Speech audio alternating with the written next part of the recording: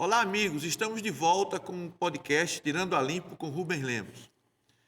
Estamos saindo de uma acirrada disputa eleitoral na capital, em que o deputado federal Paulinho Freire elegeu-se prefeito de Natal com 222 mil votos, 42 mil a mais do que a também deputada federal Natália Bonavides, do PT. Mas, além da disputa em si, do confronto de ideias, dos debates acirrados, nós tivemos um fato que gerou, eu vou ser suave, gerou muita polêmica, que foi a guerra das pesquisas eleitorais, que foram pesquisas eleitorais jogadas sem a menor responsabilidade na opinião pública, enquanto outros institutos sérios pagaram por esse erro. E por isso eu trouxe aqui, para conversar comigo sobre esse assunto, o fera daqui de Natal, o fera do Rio Grande do Norte, pela competência, pela seriedade, que é Paulo de Tarso, do Instituto Consult, que não errou 1 milímetro no resultado final em todas as pesquisas que divulgou. Para se ter uma ideia, de 1992 até 2024 com Paulinho Freire, houve 9 campanhas políticas para prefeito em Natal. Paulinho venceu em 92 com Alto Tinoco, venceu em 96 e 2000 com a saudosa professora Vilma de Faria, venceu em 2004 com Carlos Eduardo, venceu em 2008 com Micarla de Souza, venceu em 2012 com Carlos Eduardo, venceu em 2016 com Carlos Eduardo outra vez, em 2020 com Álvaro e agora em 2024. Estou mostrando aqui a você que... Não, tudo bem. O 2008 foi Micarla, contra a Fátima. Isso, Micarla estava aí. Micarla está aí. Isso. Então, Paulinho ficou feliz realmente pela competência do seu trabalho ter sido reconhecida, mas, Paulinho, que feirão de pesquisas foi transformado o Rio Grande do Norte e, em especial, Natal? Pessoal, Rubinho, é bom falar sobre pesquisa, é bom falar sobre campanhas que nós participamos. A Consult foi criada em 1987 e em eleições municipais, todas a partir de 1992, quando foi o único instituto que acertou Alto Tinoco ganhando a eleição, onde teve uma guerra muito forte, inclusive entre dois irmãos, né? Foi Henrique Eduardo e Ana Catarina. E de lá para cá nós participamos de todas as vitórias, trabalhando nas campanhas com os candidatos que venceram. Certo? Eu estou falando em vitórias com os candidatos que venceram, porque você citou aqui nomes distintos. Mostra aqui novamente, por favor. Deixa eu mostrar. Só colocar nomes aqui. distintos: Vilma de Faria, Aldo Tinoco, Carlos Eduardo Alves 3 vezes, Micarla de Souza, Álvaro Dias e agora Paulinho Freire. A Consulta é uma empresa. Ela não faz filantropia. Ela é contratada e presta um serviço. Certo? Então, não tem o candidato que é o candidato da Consulta, é o candidato que contrata a Consulta para o trabalho sério que nós fazemos. Tá certo? Então, fui acusado de muitas coisas nessa campanha. Inclusive, fale sobre aquela acusação dos 213 mil. Ótimo. Nessa campanha, todos os candidatos recebem um fundo eleitoral. É a prática que o Congresso passou para eles trabalharem em suas campanhas. E eles, com esses dinheiros, eles têm o direito de contratar serviços. E, em determinado momento, pelo fundo eleitoral, que era através até da conta da vice-prefeita Ana Guerra, eles nos contrataram para 2 pesquisas quantitativas, com 1.000 entrevistas cada uma, e 11 pesquisas qualitativas. Então, dá um total de 13 pesquisas. Foi na vice-prefeita Joana Guerra. Joana Guerra, certo? Então, tudo isso aí, prestado conta, os relatórios foram enviados para prestação de conta da campanha. Todos os relatórios, 13 relatórios, 11 pesquisas qualitativas, que são aquelas pesquisas que é mais técnicas, mais dispendiosas. Nós trazemos uma moderadora que vem de São Paulo, fica hospedada aqui para fazer a moderação desses grupos, que é na sede da Consult. As pessoas que participam desses grupos, que são os participantes, eles são recrutados mediante um critério que vai-se a campo com as pessoas da consulta para fazer esse crivo de São saber... todos estatísticos, Paulinho? Não. Nossos entrevistadores não são estatísticos. Nós temos 4 técnicos dentro do escritório estatístico. Nós temos pessoas que fazem serviços, cada um na sua área, em termos de recrutamento, recrutar essas pessoas para irem ao... E tudo isso é pago. Vamos fazer um grupo na Zona Norte, grupo de pessoas jovens da Zona Norte. Então a gente vai lá e a pessoa faz o recrutamento dessas pessoas, conversa com eles, vê as intenções, se eles sabem falar, se eles sabem discutir política, para poderem participar. Para escolher 10 a 12 pessoas, são 2 dias. De 1 a 2 dias. Na triagem, Na né? triagem. Esse pessoal, vai um Uber, pega esse pessoal lá, traz para cá, lá da Zona Norte, todo dia à noite. Esse pessoal recebe para ir lá. E tudo isso estava dentro de um custo que deu 213 mil. Quando vocês falaram de 200 mil, a consulta não foi, não. Nós ganhamos 213 mil, um trabalho bem feito. E que é feito em todo o país. em determinada... Eu não sei nem como chamar a pessoa, se ela é jornalista, se foi blogueira, porque eu não leio ela e tal, mas eu tive a informação de que uma blogueira botou lá, denunciando a consulta, de que ganhou 213 mil por 2 pesquisas. Olha, na nota fiscal está tudo descrito.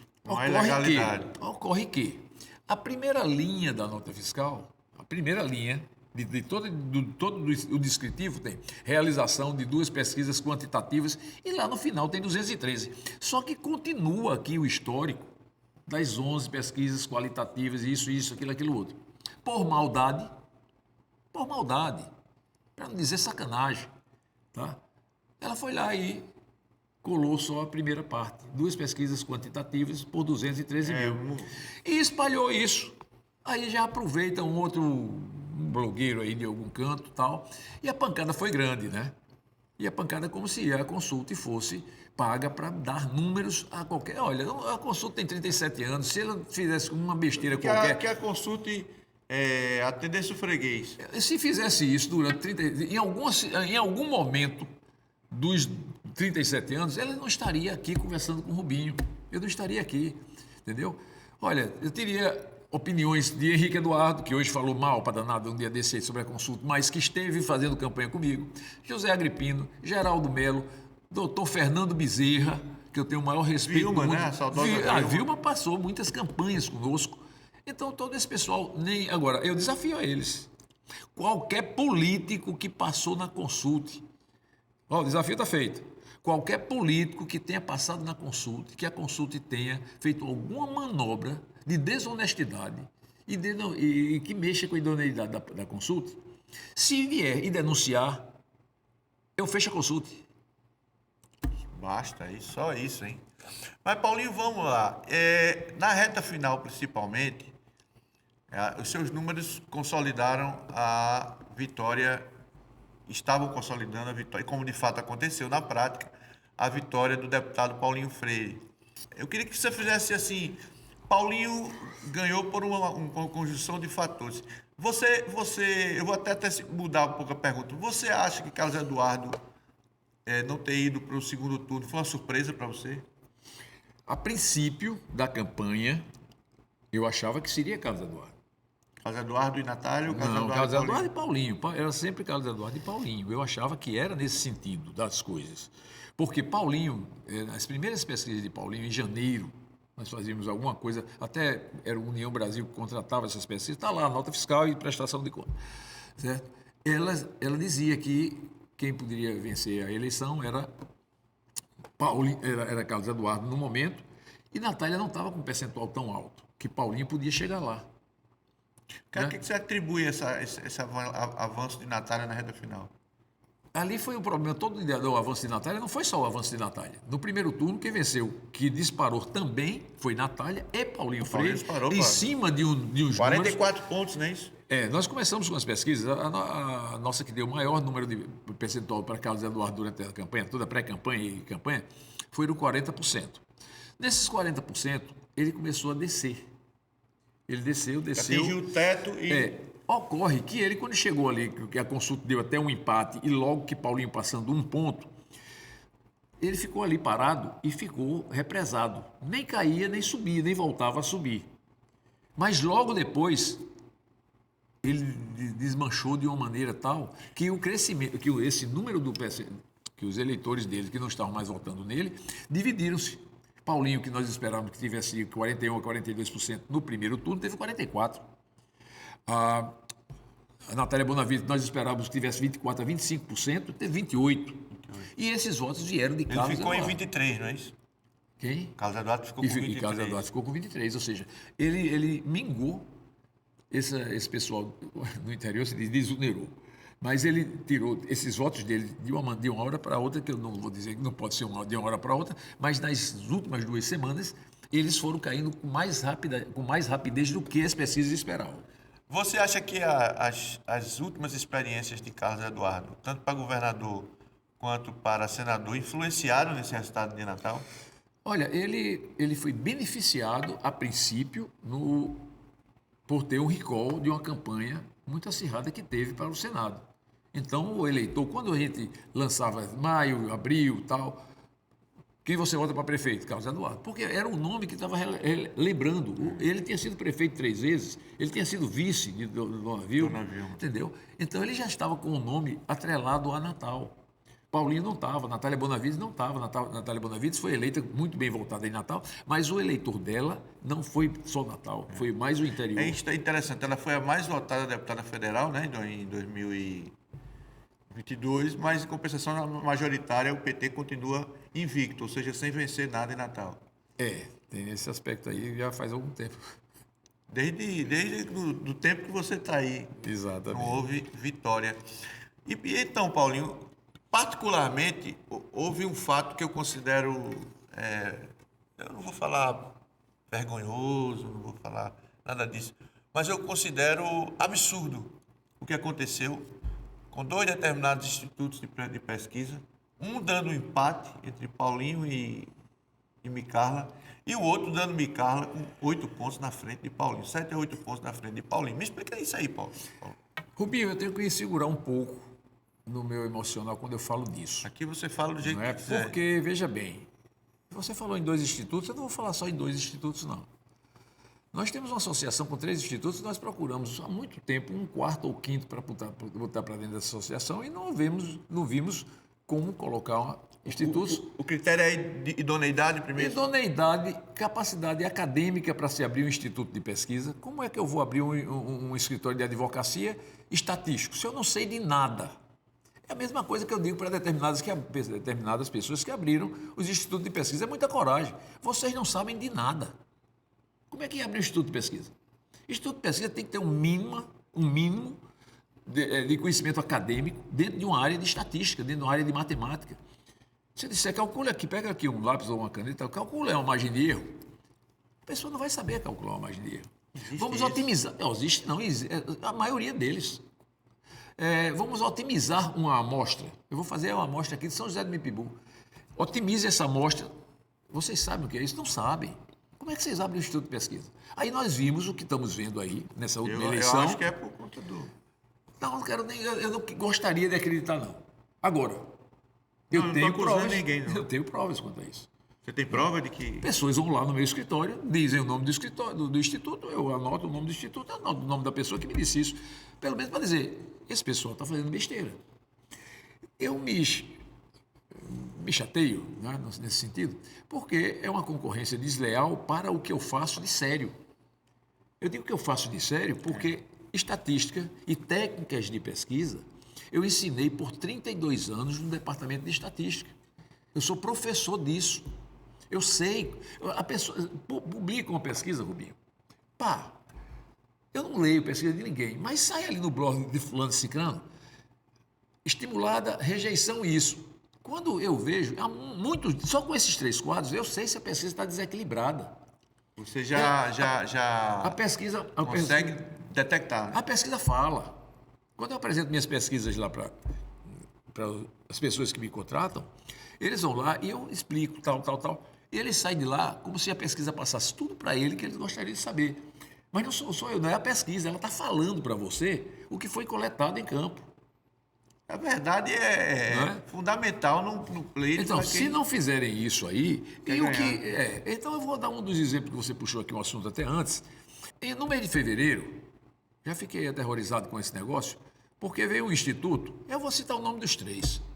O Instituto Item botou lá em São Gonçalo do Amarante um empate entre Heraldo e Jaime Calado.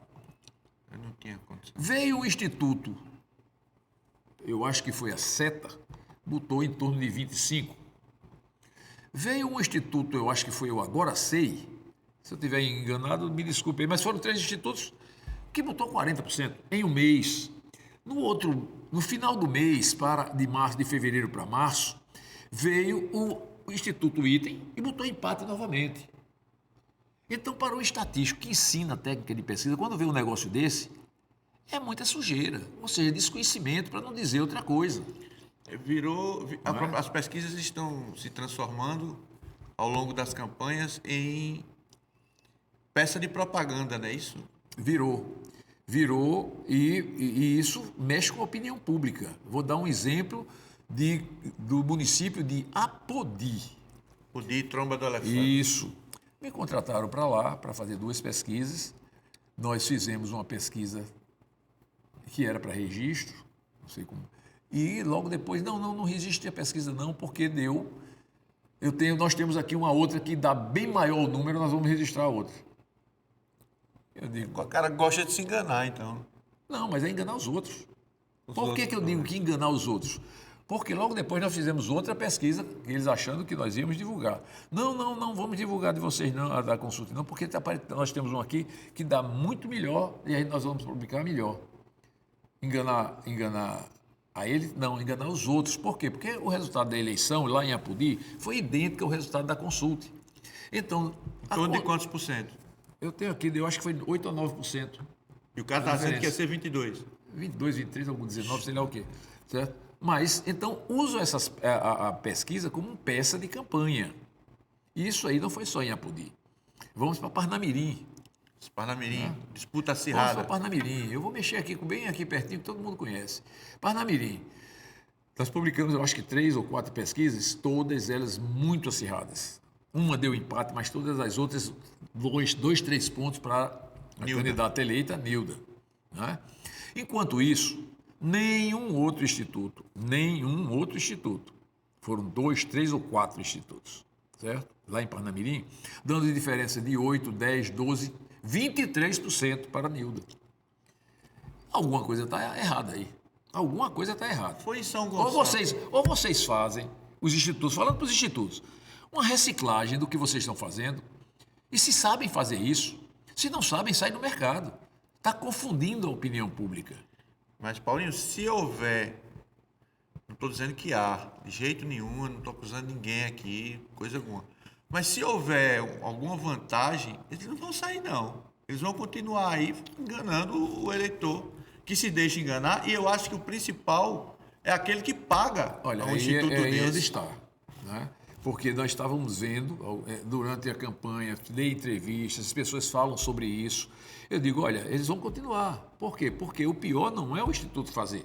O pior é quem contrata o Instituto para fazer isso. Né? Vamos voltar para São José do Mipibu. Sim, me permita dizer, Severino da Farmácia era o prefeito de férias. Por quantos e quantos institutos? Quase Vários todos. deles. Deu quanto? 7% que a consulta sempre dava. 2%, 5%, 7%, tal, o resultado da consulta para Zé Figueiredo. Zé Figueiredo. Ou seja, nenhum dava. Ou seja, porque a consulta está dando diferente dos outros. Não, a consulta estava certa. É tanto que nós acertamos lá. Sem problema nenhum. Não é? Em São José do Mipibu, eu que admirava a cara de pau e a coragem daqueles institutos estarem botando 10 pontos para Severino, 8 pontos para Severino, não sei quantos pontos para Severino. Não é possível, porque eu sabia Muita que coragem a consulta dos institutos sabia, e dos blogs, né? a consulta sabia o que estava fazendo e deu certo. Lá em São Gonçalo, lá em São José do Mipibu.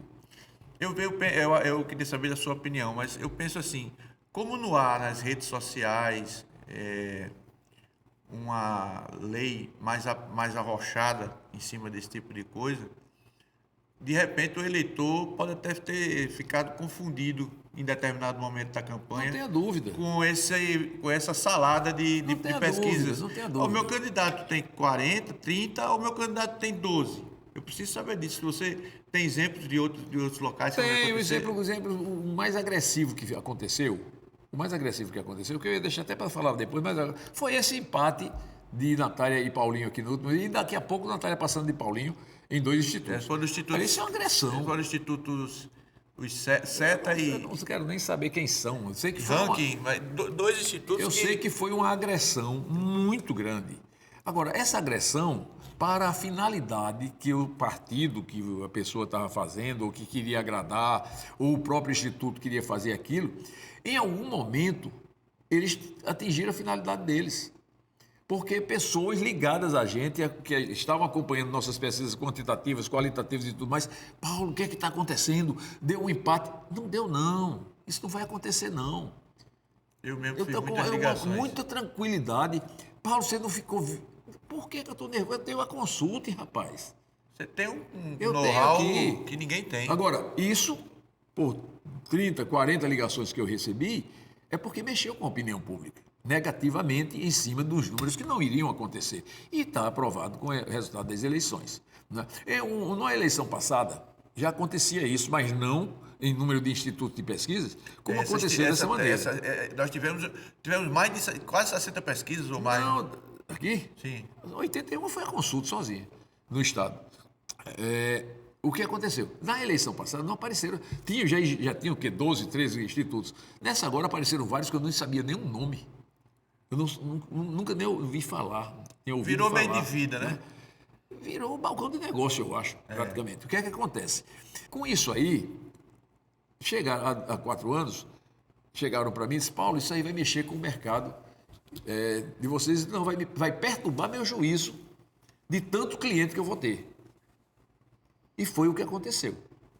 Você saltou de quanto para quanto? Eu nunca tive tanta solicitação de pesquisa como tive esse ano em deixar mais de 30, como 32 municípios de fora, sem poder fazer nenhuma pesquisa durante a campanha, porque não tinha vaga. E nós fazíamos 2 pesquisas em Natal e uma na Paraíba, por dia. Como foi seu desempenho na Paraíba? Só o caso de São Bento. Né? São Bento, O que houve em São Bento? São Bento, é muito apertada a eleição, e na última semana deu um resultado para um candidato, foi o que perdeu, ele ganhando de 3 a 4 pontos. Perdeu por 2 pontos, alguma coisa assim. São Bento é uma terra que há uns É a anos terra, atrás... a terra da rede, né? E a terra das apostas. Foi onde passa pelo Siridó, por ali, Não, perto. passa depois de Jardim de Piranhas. Onde houve um assassinato há uns 20 anos de um prefeito chamado Itó, que foi Não, o eu vice sei que é o mandou. seguinte, olha, nós tivemos um problema não, desencontro de números da consulta, que não acertamos em São Bento, que foi esse que eu quero continuar falando, e teve João Câmara.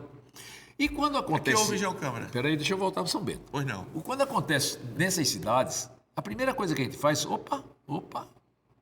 aonde é que houve o desencontro? O de São Bento depois foi justificado, isso não me interessa muito não, mas que houve uma questão de assassinato, de agressões, isso até o vice-prefeito mandou matar não sei quem e tal. Teve um lado que deturpou a campanha, a legitimidade. A sua própria Que pode campanha. ter acontecido, pode não ter sido, e eu assumo qualquer coisa que pode ter vindo. E o crime, ele aconteceu muito próximo do dia? Tinha acontecido e estavam procurando o mandante da história e tinha sido o vice-prefeito da chapa que estava ganhando e que terminou perdendo. Isso foi assim, numa semana aconteceu tudo.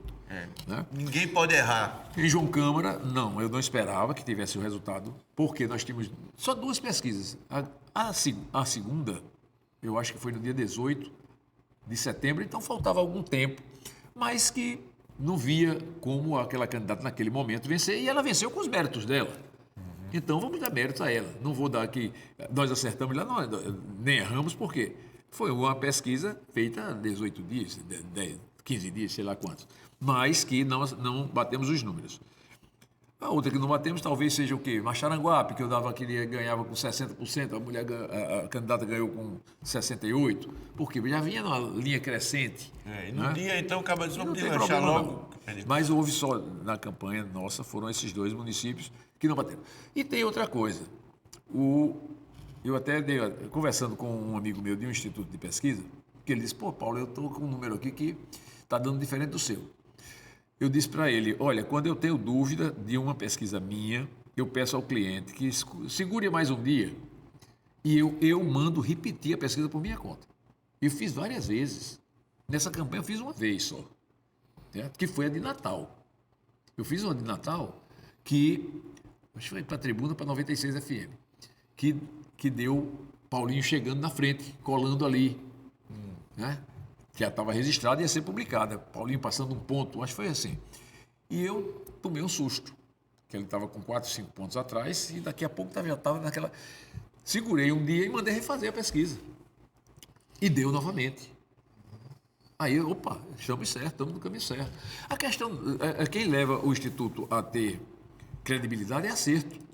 Então a pessoa tem que ter o quê? Os profissionais corretos para fazer Você suas foi pesquisas. cauteloso quando viu na primeira impressão. Nessa agora. E em outras cidades. Também já fiz em outras campanhas. Você atribui até que ponto você atribui o marketing de Alexandre Macedo como instrumento de crescimento e vitória de Paulinho? Essa parceria que nós temos desde 92 até 2024 é Alexandre Macedo e a Consulte. Alexandre é um grande profissional. É um espetacular profissional. Alexandre sabe dar... Trabalhei com ele agora. Alexandre sabe só dar para aprender. Alexandre sabe dar o mote da campanha e o ritmo da campanha, né? Ele gosta de trabalhar e tem sempre a parceria com a Consulta, com as pesquisas qualitativas. Então nós temos as pesquisas qualitativas que ele vai recebendo aquelas informações dos programas que ele vincula, como também os dos outros candidatos. E tudo ali é analisado e passado para ele nas pesquisas qualitativas para que ele oriente a campanha. E ele sabe trabalhar com essas pesquisas qualitativas, sempre soube e sempre exigiu. E é um grande estrategista. Tem que ser admitido, é um grande estrategista. Porque o que eu observo, dentro disso está uma pergunta todas também. essas pesquisas todas essas eleições, foi a Consulta e Alexandre. Consulta e Alexandre Macedo. Também ganhou tudo. Todas foram vencedoras. O que eu acho é que Alexandre agregou um fator. Carlos Eduardo foi derretido no primeiro turno e Natália não foi derretida porque ela fez uma grande campanha como oposicionista. Mas ela não cresceu mais a partir do que era mostrado por Alexandre no marketing. Como eu disse, Alexandre trabalha muito com as qualitativas. E tudo isso é feito lá na sede da Consulta, as qualitativas. E eu assisto. E a gente via onde um podia estar acertando mais do que o outro nas suas próprias propagandas, né? Nas suas veiculações nos flashzinhos durante o dia, naqueles que saem as sessões. E a gente fica assistindo e a gente enriquece a gente escutando aquela plateia que foi recrutada para participar da qualitativa. E é uma sabedoria que essa população tem também, quanto aos candidatos. Mas eles chegam com a opinião, discutem entre eles e muitas vezes saem com outra opinião das qualitativas. Exatamente. Agora, eu queria que você... Uma coisa não pode estar desatrelada à outra. Ô Paulinho, como é que você avalia a contribuição da governadora Fátima Bezerra, seus índices de rejeição estratosféricos, para a derrota de Natália? Olha, a contribuição negativa, né? Negativa, eu tô brincando. Porque a contribuição, que ela vem com uma avaliação de 70%, 69%, a última pesquisa nossa publicada aí na Tribuna, 69%, a anterior, 70% e alguma coisa. Se tem uma rejeição nesse nível, como é que ela pode apoiar uma pessoa que, queira ou não, é um cargo abaixo do governo, mas é a prefeitura, que vai ter o apoio dela? Ela tem uma rejeição dessa porque não entregou, ou seja, não entregou o quê? O que prometeu. O que prometeu nas campanhas. Por isso que tem isso aí. A terceira ponta ela promete desde 2018. Aí eu vou falar como cidadão. Ali foi um tiro no pé. A terceira ponte já tinha sido até batido o martelo aí para o Heraldo, que foi lá e assinaram uma ordem de serviço e ia continuar ali depois da Amor Gouveia e tal, ia sair dos Mártires. Era uma terceira ponte. Já tinha o projeto desde a época de Robson Faria. para a terceira ponte.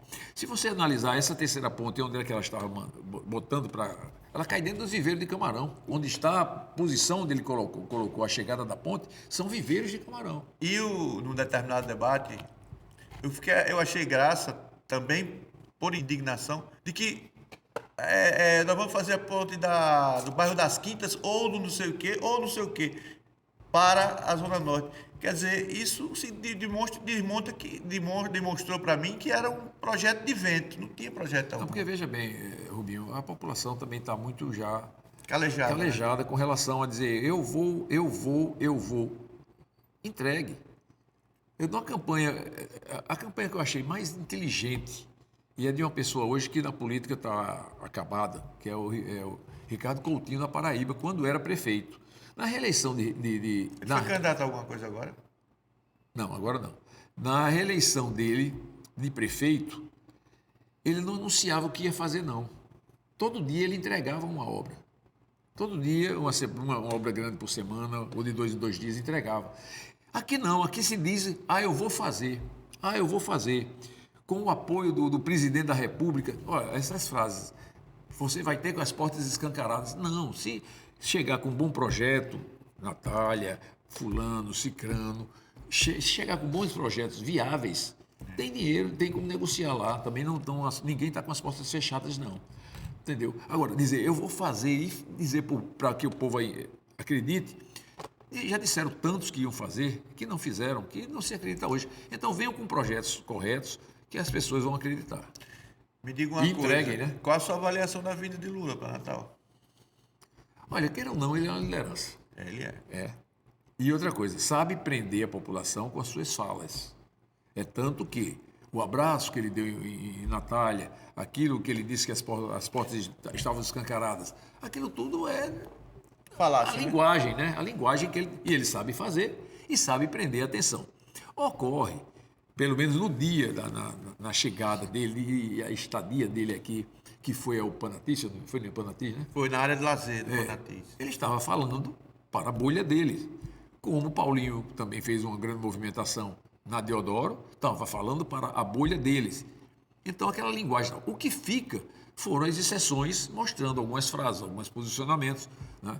E ele, queira ou não, também não, o presidente Lula, em Natal, está um pouquinho mais desaprovado do que aprovado, dado das nossas pesquisas. Certo. Paulinho, e o que é preciso para Paulinho Freire fazer a gestão que a votação consagrou ele? Entregue o que prometeu. Isso aí é o que e que vão se cobrar e que pode ter já uma campanha antecipada, se daqui a 2 anos a população não... Uma campanha que eu digo para prefeito antecipada, daqui a 2 anos, caso ele não tenha cumprido o que prometeu. Tem coisas que ele pode fazer, como já escutei uma entrevista da vice-prefeita, Joana Guerra, né? Joana Guerra. Falando das filas. Eu acredito que zera essa fila. Se fizer a consulta noturna, diminui. Não tenha dúvida. E é parceria com empresas privadas. Isso não custa quase nada, né? Eu acho que Paulinho é bem intencionado e tem bons projetos. E ele não, pelo que eu acompanhei, não tem... Os projetos são viáveis. Eu comentei, inclusive, com minha mulher, que já estou com 36 anos de casado, graças a Deus, que eu observei uma coisa, que Paulinho, ele tem muito do Garibaldi no auge, daquele cara que você bate e o teflon aumenta. O que a gente via nas qualitativas era que falavam muito dele do equilíbrio em relação... ele não aumentava o tom de voz em qualquer propaganda, nem anunciando e tal. O olhar. Até no debate, quando ele quis falar mais duro, ele falou como se ele estivesse falando mais rápido, mas não grosseiro. Então teve mais esse lado que é o pianinho, como diz o outro. Então é mais fácil. Se ele fizer uma boa administração, ele se gabarita para muita coisa aí, futuro na carreira dele. Eu olhando aqui o seu rico, sua rica galeria de vitórias, eu prestei atenção numa coisa. Em 1985, foi a primeira eleição após a ditadura, foram os prefeitos das capitais e de área de segurança nacional, Garibaldi derrotou Vilma. Uhum. E aí o que aconteceu em 88? Vilma derrotou Henrique. Será que Natália não deixa não deixou a campanha já como candidata a prefeita novamente? Com certeza, com certeza. A gente tem que analisar o quadro partidário. Certo? A gente tem uma líder do PT que é Fátima Bezerra, mas Fátima Bezerra tem 6 anos de governo mal avaliado. Pessimamente avaliado. Então isso aí entra também para o currículo dela. E chegou Nadália mais leve. Ela chegou mais leve na campanha, que as pessoas tinham uma imagem que ela conseguiu, que o marketing conseguiu mudar um pouco. A imagem que tinha dela era da patricinha bolivariana, que tal com MST e tal, e tal, e tal, e tal. E radical, né? Com isso ela foi a candidata mais votada lá para federal, né? Foi bem votada e tudo mais. Mas que ela mudou um pouco o personagem para quando chegou na capital. E foi bem aceito. É tanto que apesar da rejeição, né? Apesar de uma rejeição. Ela estava com a rejeição de 53%.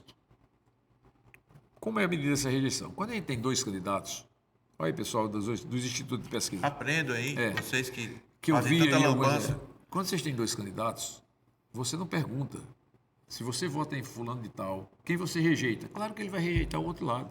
Se você vota em Natália Bonavides, quem é que você rejeita? Paulinho Freire. E vice-versa.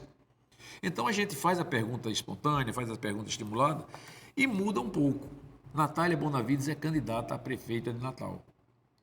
Sabendo dessa candidatura dela, o senhor vota nela, com certeza, poderá votar ou não votaria de maneira alguma. Aí sai todos os... Ou seja, quando vota com certeza, você já sabe que ali está cristalizado, não vai mudar, pode crescer. Mas pode crescer também, dependendo da velocidade... a velocidade do crescimento depende muito da rejeição. De quantos por cento você tem que não vota nela de maneira alguma. Esse vota nela de maneira alguma estava com 53% na última. Paulinho com 41%. A mesma pergunta é feita para Paulinho Freire. Paulinho estava com 41%. A diferença... Ou seja, Paulinho ainda tinha. Ela já passou de 50% de rejeição. Ela teve quantos por cento de votação? 43, 44. E de rejeição? Nas pesquisas ela tinha 53. Então ela tinha 10 pontos a mais do que o eleitorado. E isso numa discussão racional. Não, mas veja bem, como era que poderia passar?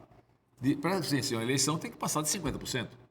Como ela poderia passar de 50% se ela tem 53% de... Ela só podia chegar até 47%. Até 47%. Esse eu não tinha pensado nisso não, viu, Paulo? Obrigado, porque... De nada. É bom para os caras que estão vindo aí assistindo, porque é um fato que ninguém prestou atenção na campanha. 53%, não voto de maneira alguma nela. Né? Era o que nós pegamos, 51, 52, 53.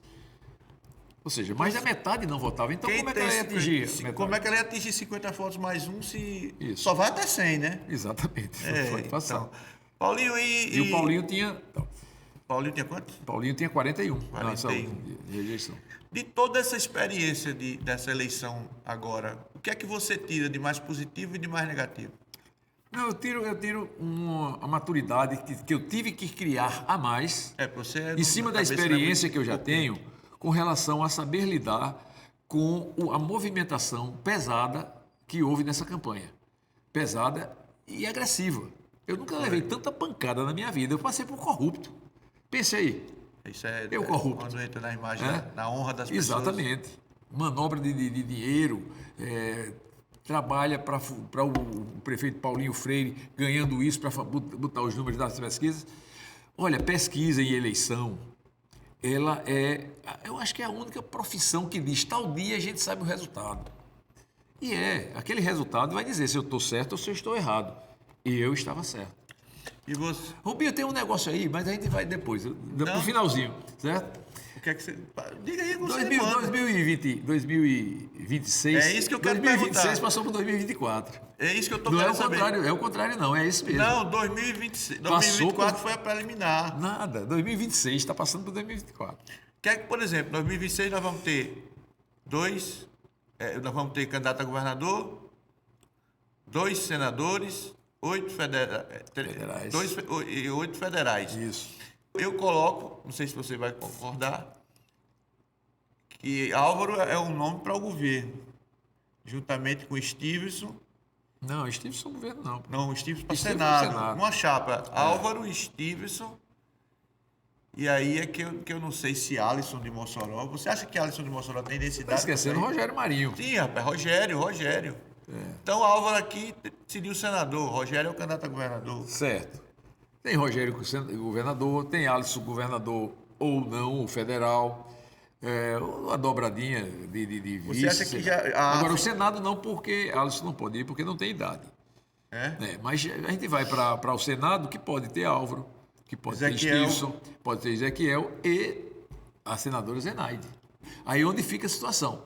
E Fátima Bezerra. Fátima? Quem é a candidata de Fátima vai sair do governo para entregar a Valtinho? Qual é a sua opinião? Eu acho que ela não sai. Olha, a lógica seria sair. Né? Agora, se ela não sair, é pior para ela, porque ela vai ficar sem mandato.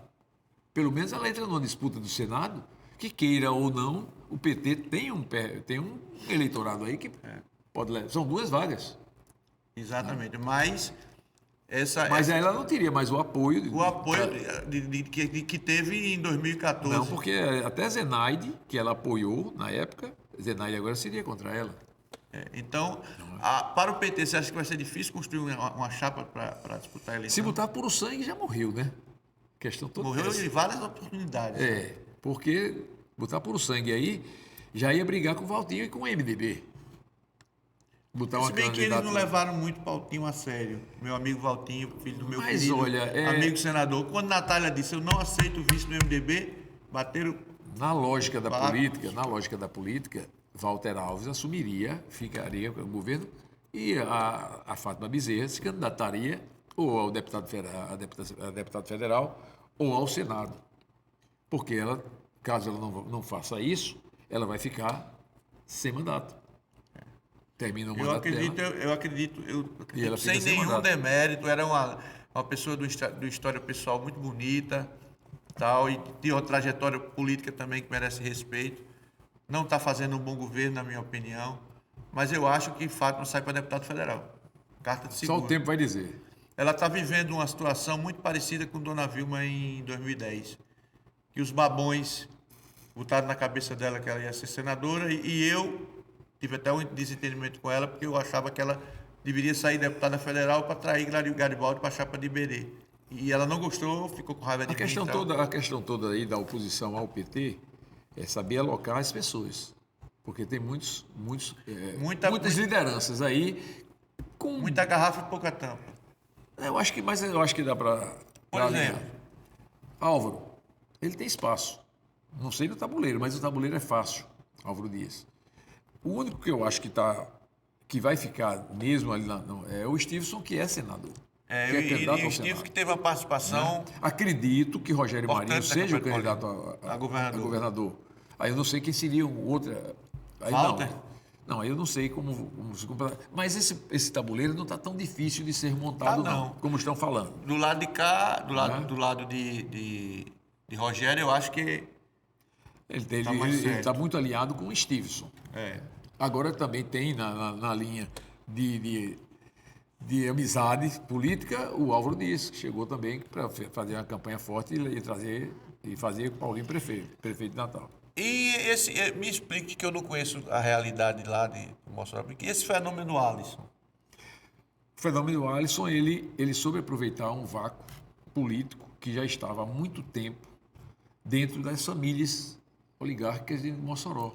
E ele soube fazer a humildade dele, chegou, ele não tinha essa experiência toda, eu convivi com ele aqui quando deputado estadual, ele chegou verde, mas ele foi amadurecendo e virou hoje um líder político bem conceituado lá na cidade. O que você espera do prefeito em relação à obra? Se vai ter dinheiro, Lula vai ajudar, enfim. Olha, eu tive o maior prazer nessa campanha de pegar. Eu esqueci até de fazer, não tive tempo, mas vou fazer ainda um levantamento de boas e grandes administrações municipais.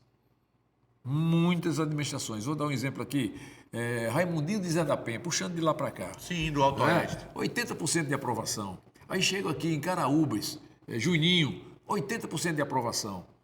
Aí venho para Açu, boa avaliação. Chego em São Paulo, no Potengi, 70%, 80% de Pacelli.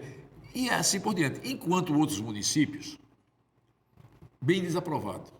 Não vou dizer os nomes, não, porque... Mas diga a região. A região do Mato Grande, a gente encontra Então, a região maldita, não há governo que... algumas administrações que tal. Esses prefeitos de administrações que não foram boas tiveram os mesmos direitos de reivindicar ou de trabalhar quanto aqueles que fizeram a sua parte em outros municípios.